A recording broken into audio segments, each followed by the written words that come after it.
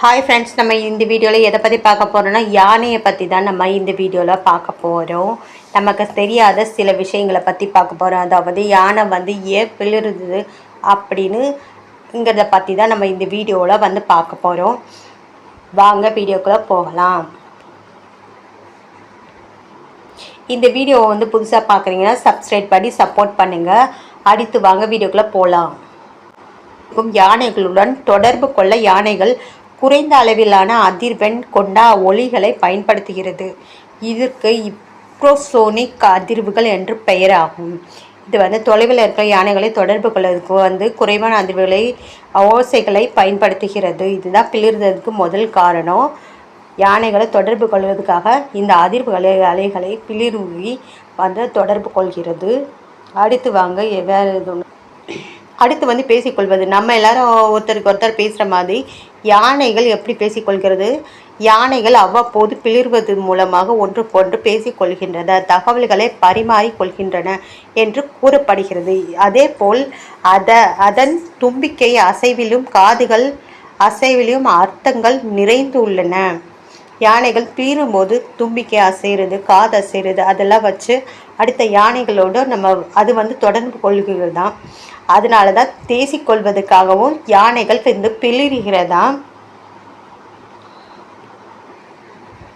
குட்டி யானைகளுக்கு காட்டுக்குள் பல யானை கூட்டங்கள் உலா வரும் நிலையில் அதன் கூட்டங்களுடன் பேசிக்கொள்ள பிளிரலை தங்கள் மொழியாக யானைகள் பயன்படுத்துகின்றன.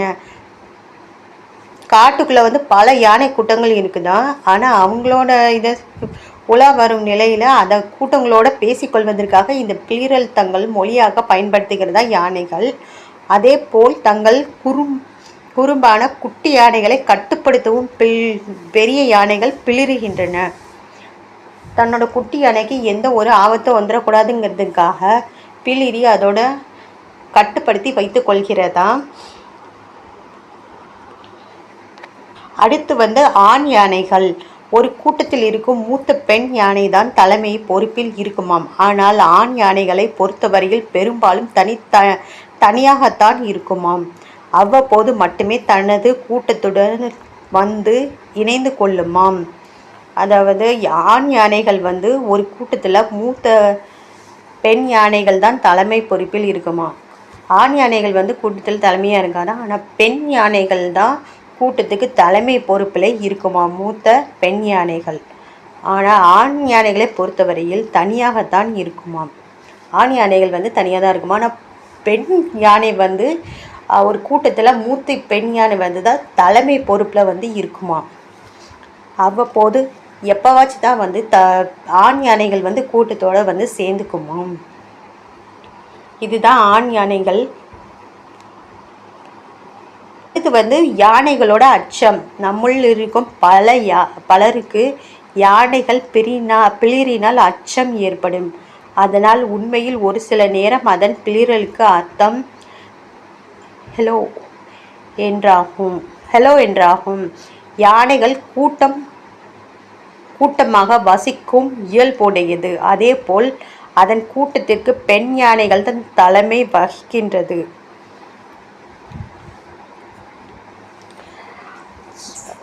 யானை பிளிரும்போது நம்மளுக்கெல்லாம் பயம் வரும். அதுதான் யானையோட ஒரு மொழியாக உள்ளது. ஹலோன்னு கூப்பிடுற மாதிரி யானைகள் பிளிறுகிறதா. அது மட்டும் இல்லை, யானைகள் கூட்டமாக தான் வசிக்குமாம். அதே போல் கூட்டத்திற்கு பெண் யானைகள் தான் தலைமை பொறுப்பில் வகிக்குமா. ஆண் யானைகள் தலைமை பொறுப்பில் வகிக்காதான். அப்புறம் பார்த்திங்கன்னா யானைகள் இந்த உலகத்திலே வாழும் பெரிய உயிரினங்கள் என்றால் அது மிக முக்கியமான யானைகள் தான். அதாவது யானைகள் பெரிய உயிரினங்கள் என்றால் அது உலகத்தில் யானைகள் தான் ஃபஸ்ட்டு முக்கியமானது. இந்த யானைகள் சிங்கத்துடன் நேருக்கு நேராக மோதி வெல்லும் ஆற்றல் கொண்டது. யானைகள் சிங்கத்தோடைய நேராக மோதி ஜெயிக்கிற அளவுக்கு ஆற்றல் உள்ளதான் யானைக்கு.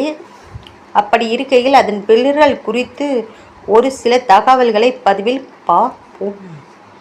இதுதாங்க முதல்ல அதை பற்றி தான் இந்த வீடியோவில் நம்ம பார்த்துக்கிட்டு இருக்கோம். இப்போது அடுத்து வாங்க எலிஃபண்டோட மூளை. நிலத்தின் வழியே பயணிக்கும் அதிர்வலையானது யானைகளின் கால் வழியே ஊடுருவி மூளைக்கு செல்கிறது. யானை நடந்து செல்லும்போது நமக்கு யானையோட கால் வழியாக அதிர்வலைகள் மூலமாக தான் மூளைக்கு செயல்படுகிறது. மூளைக்கு ஊடுருவுது. அதன் பிறகுதான் மூளை அதன் செய்திகளாக உருமாற்றம் செய்கிறது. அதை செய்திகளாக உருமாற்றம் செய்து ஒரு யானை எந்த மாதிரி மனநிலையில் ஒலி எழுப்புகிறது என மற்ற யானைகளால் இந்த அதிர்வலைகளை கொண்டு புரிந்து கொள்ள முடியும். யானைகள் நடக்கும்போது அதன் கால் வழியாக தான் மூளைக்கு செய்தி போய் மூளை வழியாக தன்னோட மனநிலையை இந்த பிளிரல் மூலமாக அடுத்த யானைகளுக்கு புரிய வைக்கிறது. அது பேசிக்கொள்கிறதுக்காக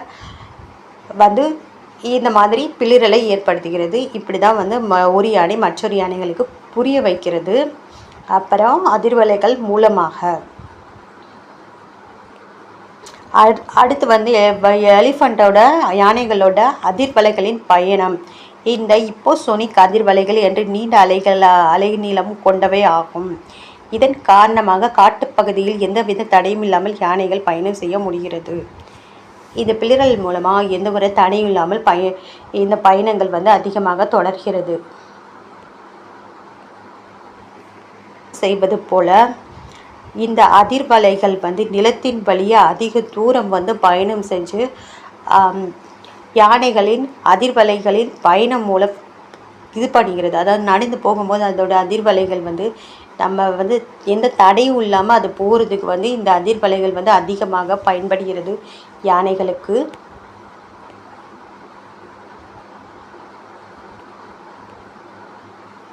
அதான் யானையை பற்றி ஏன் பிழுகிறதுங்க பற்றி உங்களுக்கு தெரியாத சில விஷயங்களை தெரிஞ்சுக்கிட்டிங்கன்னா இந்த வீடியோவை சப்ஸ்கிரைப் பண்ணி சப்போர்ட் பண்ணுங்கள். இந்த வீடியோ பிடிச்சிருந்தால் லைக் பண்ணுங்கள். அப்புறம் இந்த யானை மற்றும் இன்னும் நிறைய விலங்குகள் பற்றி நம்ம தெரிஞ்சுக்கணும்னா இந்த சேனலை சப்ஸ்கிரைப் பண்ணி சப்போர்ட் பண்ணுங்கள். மூலமாக தான் யானைகளை பற்றி நம்ம தெரிஞ்சுக்கிட்டோன்னா நீங்கள் இந்த சேனலை சப்ஸ்கிரைப் பண்ணுங்கள். அப்புறம் இன்னும் நிறைய விலங்குகளை பற்றி இந்த வீடியோவில் நாங்கள் இந்த சேனல் வழியாக போட்டு விடுறதுக்கு நீங்கள் தான் சப்போர்ட் பண்ணுங்கள். சப்ஸ்கிரைப் பண்ணி சப்போர்ட் பண்ணுங்கள்.